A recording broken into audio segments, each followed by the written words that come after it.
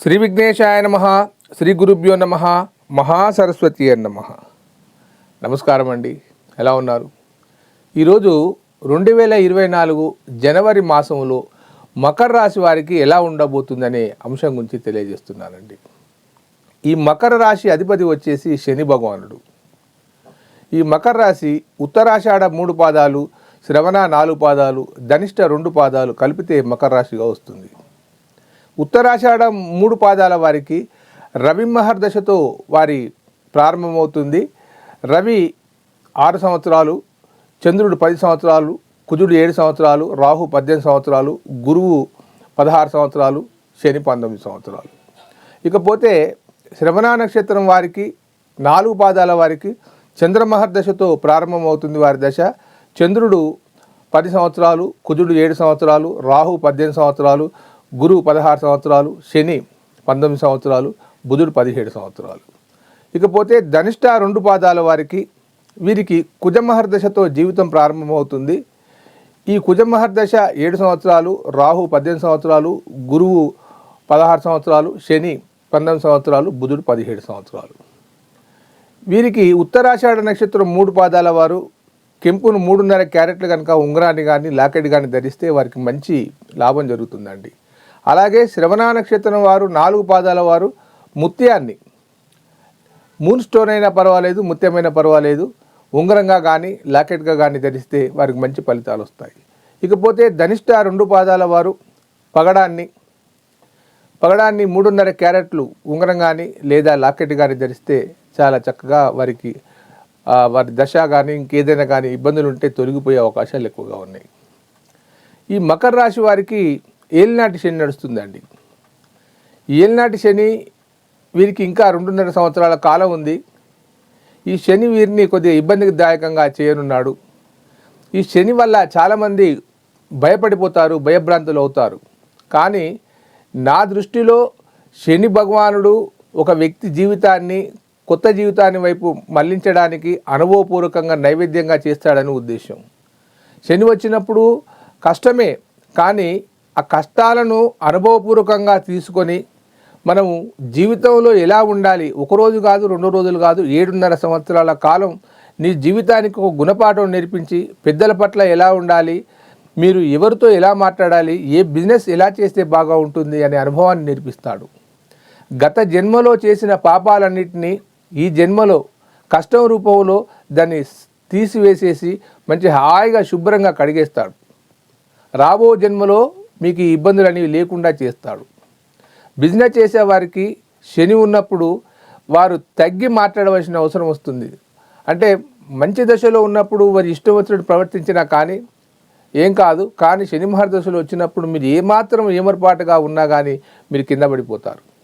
ఉద్యోగాలు చేసేవారు కానీ ఒకసారికి 2 సార్లకు 3 సార్లకు 4 సార్లకు ప్రయత్నాలు చేస్తూ ఉంటే ఫలించకపోవచ్చు. కానీ వారికి మధ్య దశలో కానీ చివరి దశలో కానీ ప్రారంభ దశలో కానీ వారికి ఉద్యోగం కనుక వస్తే అది స్థిరంగా జీవితంలో వారికి ఒక వెలుగును నింపుతుందండి. శని మహర్దశలో గృహ నిర్మాణాలు అవుతాయి. దానికి కారణం ఏమిటంటే మీ దగ్గర కొంత డబ్బు ఉంటే ఆ శని భగవానుడు ఏం చేస్తాడు, కొంత మీకు ఉపాయాన్ని ఇచ్చి కట్టుమంటాడు, అప్పులు చేయిస్తాడు, ఎక్కడి నుంచో రావాల్సిన డబ్బులు అన్నీ మీకు దగ్గర పెట్టిస్తాడు.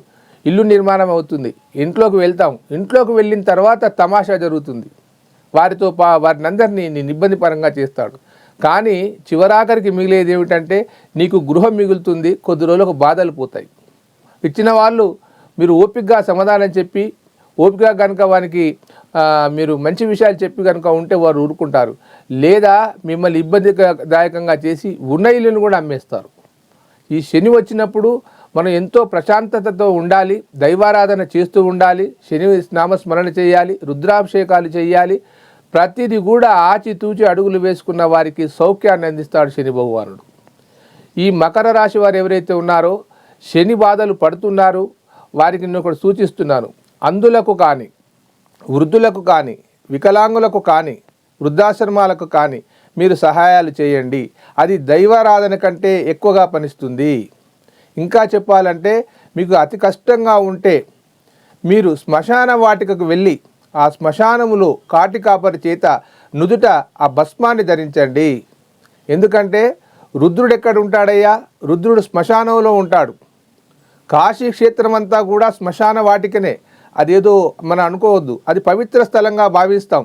నిత్యము అక్కడ అగ్నిహోత్రం రగులుతూనే ఉంటుంది, కాష్టాలన్నీ కాలిపోతూనే ఉంటాయి. అక్కడ చాలా పవిత్రత మనసు భావం కలుగుతుంది. కానీ మనం దగ్గరికి వెళ్ళాలంటే భయపడతాం. కాటికాపురి అంటే శివుని యొక్క పూజారి. అతని యొక్క విభూతిని శిరస్సున ధరిస్తే ఈ శని యొక్క లాభాన్ని మీకు పొందుతారు. ఇకపోతే మీరు ఈ శని బాధ నుండి తప్పించుకోవాలంటే ఈ తైలాభిషేకాలు, మంత్రాలు, యంత్రాలు అవన్నీ చేస్తున్నాం. నేను చెప్తున్నాను, మీకు తీవ్రంగా ఇబ్బందులు కనుక ఉంటే ఒక 11 కంబళ్ళు చిన్నవి, అంటే చలికి ఓర్చుకునేటివి, ఓ 11 కంబళ్ళు. నాకు తెలిసిండి ఒక కంబలి వచ్చేసి రిలయన్స్లో కానీ ఇంకేదైనా డిమార్ట్లో కానీ వెళ్తే అది 110 రూపాయలు, 90 రూపాయలు కాక ఉండవచ్చు. ఓ 11 కంబళ్ళని తీసుకొని, ఆ కంబళ్ళు అంటే రగ్గులు లేదా గొంగళ్ళు, అవి తీసుకొని ఎవరైనా చలితో బాధపడుతున్న వారికి వాటిని దానం చేయండి.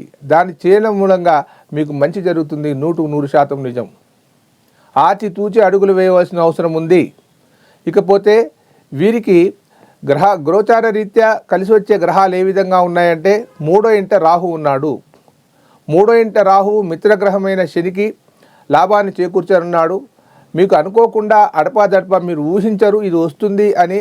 ఆ ఊహ మీకు అందదు, కానీ మీకు ఏదో విధంగా ఆర్థికంగా వెసులుబాటు జరుగుతూ ఉంటుంది. ఇకపోతే 9వ ఇంట శుక్రుడు ఉన్నాడు. శని భగవానునికి శుక్రునికి మైత్రి సంబంధం ఉంది. 9వ ఇంట ఉన్నప్పుడు మంచి ఆర్థిక విషయాలు, కుటుంబంలో సౌఖ్యాలు అవన్నీ అందిస్తాడు. కానీ మనం ఇలా తేరగా కూర్చొని శుక్రుడు లాభం చేకూర్చాడు కదా, ఈ రాహు లాభాన్ని చేకూర్చాడు కదా, అదృష్టం వచ్చిందని మీరు ఎదురు చూడవద్దు. అలా కనుక చూస్తే ఇబ్బంది పాలవుతారు. తగు జాగ్రత్తలలో మీరు నడుస్తూ ఉండాలి. ఇకపోతే న్యూమరాలజికల్గా 8, 17, 26 తేదీల్లో పుట్టిన వారికి ఈ శని సంఖ్య చాలా లాభంగా ఉంటుంది. కానీ వీరి డెస్టినీ నెంబర్, పుట్టిన తేదీ, పుట్టిన నెల, పుట్టిన సంవత్సరం గనక కలిపితే వచ్చేదాన్ని డెస్టినీ నెంబర్ అంటారు. అది 1 కానీ 2 కానీ 3 కానీ 9 కానీ ఉండేది ఉంటే మీరు వెంటనే నేమ్ ఆఫ్ కరెక్షన్ చేయించుకోండి, మీకు చాలా ఉపయోగపడుతుంది. న్యూమరాలజీ అనేది ఏదో సబ్జెక్టు కాదు, అది జ్యోతిష్యానికి దగ్గరి సబ్జెక్టు. గ్రహాల యొక్క వ్యక్తిత్వాన్ని, వాటి యొక్క పర్యవసానాన్ని తెలియజేస్తుంది. న్యూమరాలజీ ద్వారా ఎంతోమంది లబ్ధి చెందారు. మీకు ఏదైనా జాతక సమస్యలు కానీ, న్యూమరాలజీ కరెక్షన్ కానీ ఉంటే పుట్టిన తేదీ, పుట్టిన టైము, పుట్టిన సమయము ఉన్నవారు ఈ కింది నెంబర్కు వాట్సాప్ పెట్టండి. దానికి తగినంత రుసుము చెల్లించవలసి ఉంటుంది. వారికి సరిగ్గా చూస్తాను, నా వంతు సహాయం మీకు అందిస్తాను. సర్వే జన సుఖినో భవంతు. దయచేసి లైక్ చేయండి, షేర్ చేయండి. ఉంటానండి, మీ ప్రకాష్ గురు ఆస్ట్రో న్యూమరాలజీ. నమస్కారం.